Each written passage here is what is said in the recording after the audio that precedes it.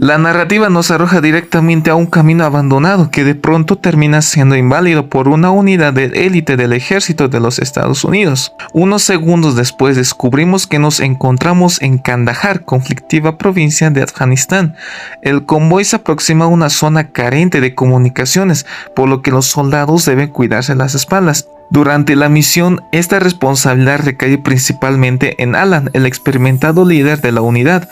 Su objetivo esta mañana es rescatar a su amigo Jay, cuyo grupo se ha quedado varado en mitad de la nada tras un tiempo sin verse, y luego de la cálida bienvenida se revela un detalle crucial: ambos son hermanos. Mientras Alan trabaja en la reparación del camión de Jay, le confiesa que está harto de su situación actual. Se siente frustrado porque solo patrullan y no ha disparado su arma en meses.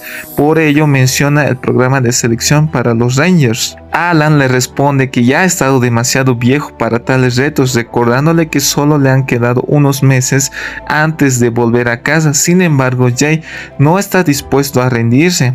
Insiste en que deben cumplir la promesa que se hicieron alguna vez. Ya ha investigado todo y sabe que la edad no será un impedimento. Finalmente, Alan cede ante la presión, aceptando el desafío principalmente para proteger a su hermano menor. Una vez que el camión queda listo, Alan recoge sus pertenencias y camina de regreso hacia su unidad. En ese preciso instante puede escuchar a su hermano desbordando felicidad, exclamando que finalmente se convertirán en soldados de verdad.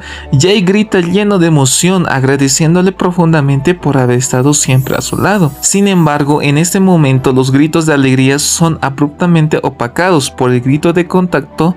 Todos los soldados se ponen en alerta máxima mientras uno de los vehículos explota de manera repentina y violenta. Lo primero que Alan ve al incorporarse es que el camión de su hermano sale volando por los aires, envuelto en una enorme bola de fuego. Antes de que pueda correr hacia el proyectil de mortero, impacta justo a su lado, lanzándolo por los aires.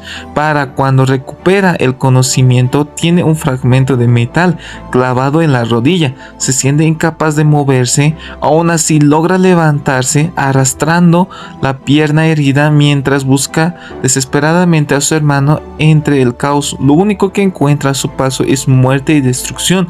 Sus compañeros yacen con las extremidades destrozadas y muchos han dejado de respirar.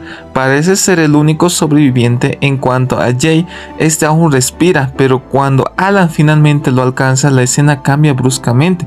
Lo vemos sentado en un autobús, dándonos cuenta de que todo fue una amarga pesadilla. Es en este punto donde descubrimos que han transcurrido 2 años desde aquel fatídico ataque. Alan ahora lleva un dispositivo ortopédico en la rodilla para mitigar el dolor, además de consumir varias pastillas diarias para sobrellevar la gravedad de su lesión. El autobús en el que viaja se dirige directamente a la base de entrenamiento de los Rangers en Colorado. Este firmemente decidido a cumplir el sueño de su hermano, a pesar de que este ya no forma parte de su realidad. Al llegar, todos los candidatos deben desprenderse de sus medallas, etiquetas de rango y cualquier insignia que los identificara en su etapa previa en el ejército. En este lugar nada de eso importa. Lo único evidente es que Alan tiene mucha más edad que el resto de los aspirantes. En este campamento los reclutas no son llamados por sus nombres. Cada uno recibe un número que servirá como su único identificativo. Durante el proceso, si no logran superar las pruebas, no habrá un nombre que recordar, sino simplemente un número que será borrado de las planillas. Cuando Alan finalmente llega a la mesa de registro, el capitán revisa su solicitud con detenimiento. Ha sido rechazado 4 veces en los últimos 2 años, siempre por motivos médicos. Además, acaba de alcanzar el límite de intentos permitidos, lo que significa que si es rechazado esta vez, será el final definitivo para el capitán. La pregunta si tiene un plan B. Después de esto, Alan admite que no es este momento. El oficial decide apiadarse de su situación y le concede el ingreso al entrenamiento. Debido a su rango anterior, Alan es técnicamente candidato a ser líder de unidad. Sin embargo, rechaza esa oportunidad y prefiere simplemente ser un soldado más se le asigna el número 81, pero para evitar la frialdad de los números seguiremos llamándolo Alan. El sargento Torres le dedica entonces el mismo discurso que a todos los aspirantes. Los Rangers son la élite del ejército, siempre tocan tierra, primero siempre disparan y siempre son los primeros en resolver las situaciones difíciles. Donde nadie más llega, están a punto de embarcarse en los peores 8 semanas de sus vidas. Solo los que sobrevivirán llevarán el nombre de Rangers. Es un lujo que pocos podrán disfrutar, sin importar cuándo hayan entrenado. Antes, lo que están a punto de vivir no tiene precedente. Quienes superen el entrenamiento pasarán por una misión simulada de 24 horas llamada la Marcha de la Muerte. Allí se decidirá si serán solo Rangers o si alcanzarán un rango mucho mayor. Esa misma tarde las pruebas comienzan y no se detienen hasta el anochecer. Algunos se rinden y otros vomitan, pero Alan sigue adelante. Al final del día mencionan una docena de números y todos ellos regresan a casa. Al no superar los tiempos establecidos, no son dignos de la insignia. A medida que pasan los días, el gran grupo inicial se va reduciendo progresivamente. Solo los más fuertes prevalecen.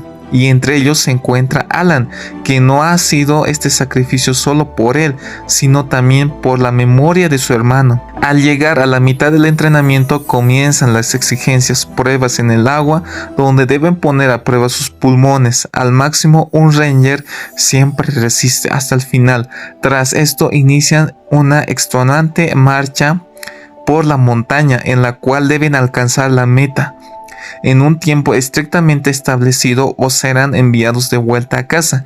En esta parte de la historia conocemos a Blake, el recluta que lidera el grupo que recorre por la pendiente. Sin embargo, su liderazgo ha sido opacado cuando alguien le señala que Alan va mucho más adelante, que no tiene intención alguna de esperar a nadie. Alan es de hecho el primero en llegar al punto de retorno. Cuando los sargentos le preguntan qué ha pasado con sus compañeros, él responde con ironía que se detuvieron a contemplar el paisaje.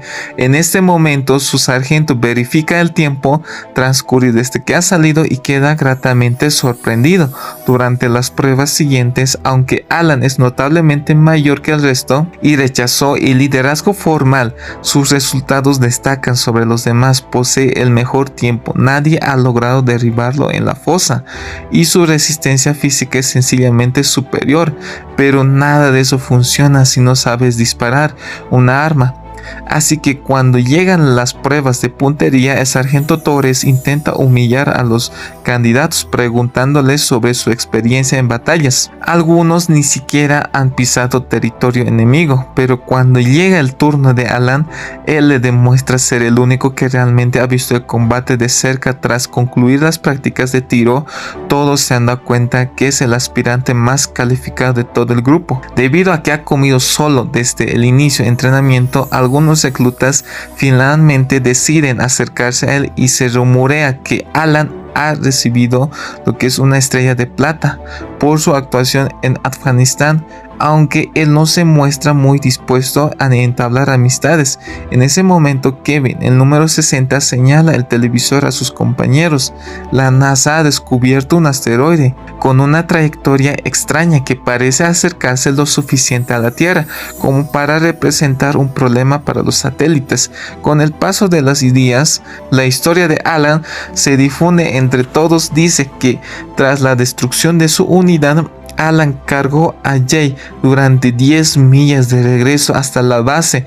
Cada noche la cicatriz de su rodilla le recuerda que no es superhumano, pero el tatuaje de su brazo le dicta que debe seguir adelante por su hermano. A mitad de la madrugada, Steven, el líder de la unidad, observa a Alan tomando algunas pastillas. Por su mente cruza la sospecha de que quizá está utilizando alguna sustancia ilegal para destacar sobre el resto. Con la llegada de la sexta semana, lo que inicialmente fue un grupo de 200 candidatos, ahora se han reducido a 25 aspirantes. Todos enfrentan pruebas, muchos más exigentes, donde deben cargar heridos, lidiar con explosiones y rescatar información crítica bajo presión. Aunque todos son batallas simuladas, cada una de ellas le evocan a Alan el trauma de su pasado. En ese instante tenemos una visión de lo que ocurrió realmente tras el ataque de Afganistán. Alan encontró a su hermano, le cargó entre sus hombros y con la rodilla gravemente herida caminó un largo trayecto.